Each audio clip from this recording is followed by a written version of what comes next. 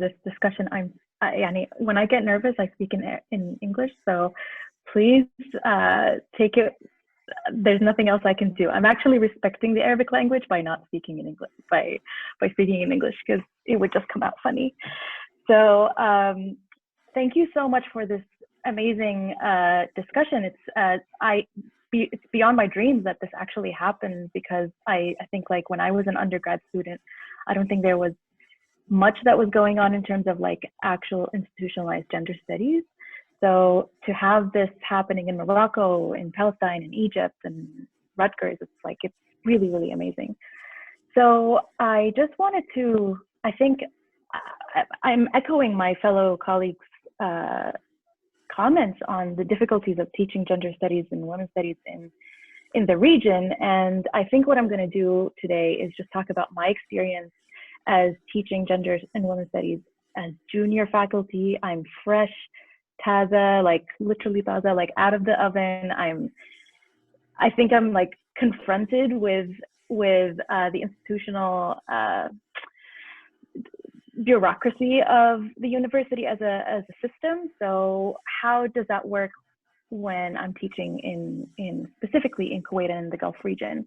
And I keep going back to the idea of teaching in Kuwait and the Gulf region, even in the memo that I sent out, because I think it's a little bit, I think it's like there's a qualitatively different aspect to teaching here, teaching gender studies specifically here. So I'm just gonna give a little bit of background about the institution that I'm teaching in. It's a public institution. It's huge. We have almost 30,000 students as of 2010. There's very little diversity in terms of whether we have international students or so forth. It's like very mostly Kuwaiti citizens, and that gives us a little bit of hint about the kind of funding that it gets from the government. Kuwait is kind of like a welfare state. Students get a kind of what we call it like i'ana. It's like $600 a month, and that really factors into the kind of privilege that is brought into the institution, and the kind of like the personal aspect that is being discussed in gender studies classes at least. So I'll talk about that in a little bit. So there's very little diversity. There's parliamentary discussion about the gender segregation issue. When I teach lower class undergrad classes, they're usually segregated by gender. I teach a women's class, and then I teach a men's class. And then only when it goes to 300 or 400 level classes do I get mixed gender classes. So that kind of like, it's a very disproportionately female university. And someone was asking like, where are the men in the university? Most of the Kuwaiti male students get to have scholarships to study abroad, and the females get to stay in this university and stay in Kuwait within the patriarchal family structure. Does Kuwait University have a formal gender studies program? No, it doesn't. But there are a lot of feminist scholars and teachers who teach women's issues within their disciplines. For example, like in communications or in social sciences or political sciences. There are classes that are being offered, but there is no like minor in gender and women's studies, and that is definitely an issue that I'm trying to overcome. So women in Kuwait got the right to vote post 2005, and there's definitely been an academic interest in offering classes on women. So we have classes like المرأة والقانون, المرأة والإسلام, things like that, but very distinct from offering classes on feminist theory or feminist frameworks or feminist analysis of issues that are happening. So even though قضايا المرأة أو الدراسات بالمرأة were being offered, and that's inherently feminist, it's still not coming in within a feminist framework. Very little resistance to the status quo, very little resistance to the patriarchal order, just by offering women to the mix and just add women and stir kind of analysis. So I'm just going to move on to talking about the questions that you were asking in the beginning of the seminar, which is, what are the different institutional and pedagogical challenges of teaching gender politics in the Middle East. Now, my colleagues have talked about the institutional challenges. I'm just going to address the pedagogical challenges of teaching gender and gender politics in the Middle East. So there seems to be one of the main difficulties that I struggle with talking to students here in Kuwait is to constantly decouple the concept of women's issues and feminist theories and feminist frameworks, to kind of just say, like, well, just centering women's issues is not enough, that we need to adopt a gender specific framework and move on from there. And that will be inherently subversive, because once you look at gender, everything else opens up, just like Professor Hanan was talking about. And that seems to be a struggle, because there's this hegemonic overview of feminism. First of all, students love to think of feminism as one thing. They love to think of feminism as like this Western imposition. There's this very Eurocentric, liberal, like white feminist yacht queen. Let's get it, like, I'm strong and I can do everything, and it's very reflective of the privilege that is being fostered in Kuwait for citizens. So I make connections to that in a little bit. So how do I work around that? I've noticed that within my syllabi, we usually have this, Dr. Dina talked about this, like breaking away from the waves narrative, like breaking away from teaching like first wave, second wave, third wave, and all of that. So what I've been trying to do is kind of like divorce the concept of like, first of all, offer that the wave concept is problematic, but then start with Arab feminism and local feminism. And I usually start with teaching this film. I show this film, and even though it has like a very simplistic overview of feminism in the Middle East, it gives students language to talk about the struggle that women have been having. And then they start to talk about, well, colonialism was a factor, or they start to talk about, well, what is Islamic feminism and so forth. So it's a really nice starting point. I also like to offer, so I usually talk about Professor Hayya Al-Mughni. She's a Kuwaiti sociologist.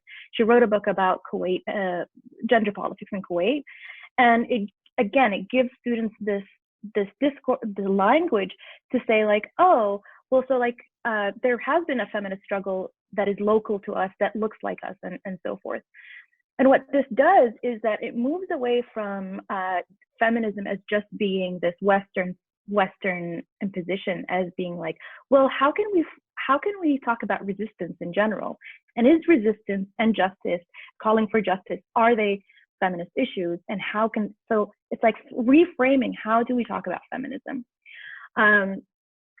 And what I've noticed also is that, I think Dr. Dina was also talking about this, is how, there is very little research on issues on Arab women in the Middle East. And it's hard to include that in the syllabus. It's hard to metaphorically decolonize your syllabus, because it's just, otherwise it's just going to be filled with like white women and Judith Butlers. And yes, great, it's helpful, it's useful, but it's just going to, it's not going to be great for the students to localize it. So I've been using a lot of text from Middle Eastern NGOs and from online publications like Kuhl, I think it's in Lebanon, and Manshur, and Jadaliya. So moving on, I found like one of the most helpful and really necessary frameworks of introducing feminism in the Middle East, specifically in the Gulf, is to talk about intersectionality and to translate intersectionality to a local context. So, and Professor Nermeen, please tell me if I'm over my time. I'm trying to get through this as quick as possible.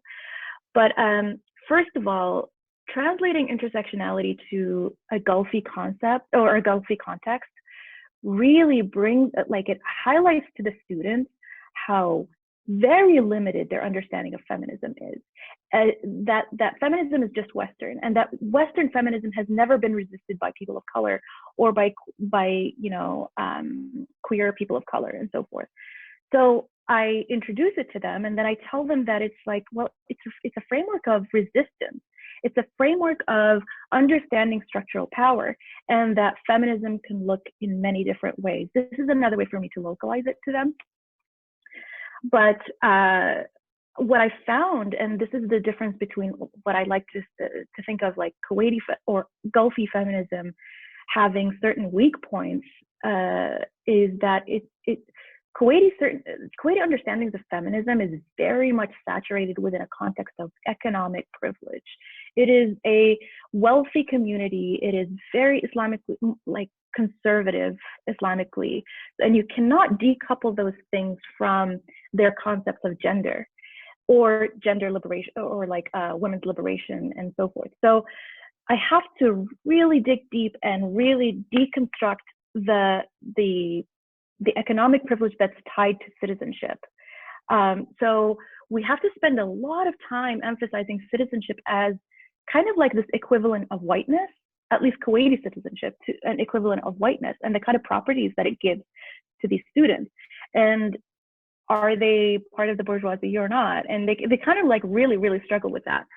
So, for example, we talk about statelessness and bidun, and the fact that what does it mean that we have a huge community in Kuwait that does not have the same access to economic privileges that you as students within this public university have access to. So what I've been using a lot, especially with COVID hitting, is a lot of online sources such as Bedouin Acts of Feminism, which is an Instagram account that talks about how Bedouin women have a different understanding of feminism. Like if we bring this aspect of resistance, if we bring this aspect of subversion, then we could also understand Bedouin women who have been colonized through a white liberal or an upper class liberal gaze in Kuwait as sort of like backwards and traditional, and to kind of like subvert that and tell the students that there are different kinds of feminisms that are happening. I also rely on Bedouin Women, which is another Instagram account, and I rely on Muna Karim's Manifesto Against the Women, which highlights to Kuwaiti feminists how there's a certain embodiment of patriarchy within their bodies. And students' brains just kind of like explode when that happens, because it's like, well, we're constantly calling for Kuwaiti women to get the right to pass citizenship to their children and their husbands. But then what happens if you factor in like, hey, citizenship does not just include Kuwaiti women. Citizenship is a much more sociopolitically, economically complicated issue if you bring in the lens of intersectionality. So, and I think those things are, as well as talking about the kafala system, especially right now with COVID hitting, to talk about the kafala system and surplus bodies and surplus workers. So I bring in a lot of sources from Vani Saraswati's migrant workers text. These issues are usually outside of this like upper class liberal model of Kuwaiti feminism. So we have to talk about them in our gender studies classes.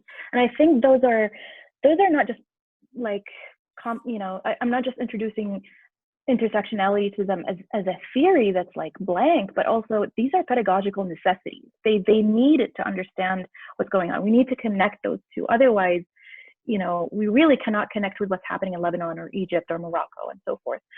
So from that vein, I kind of use, am I done with my time, Nirmeen? Tell me.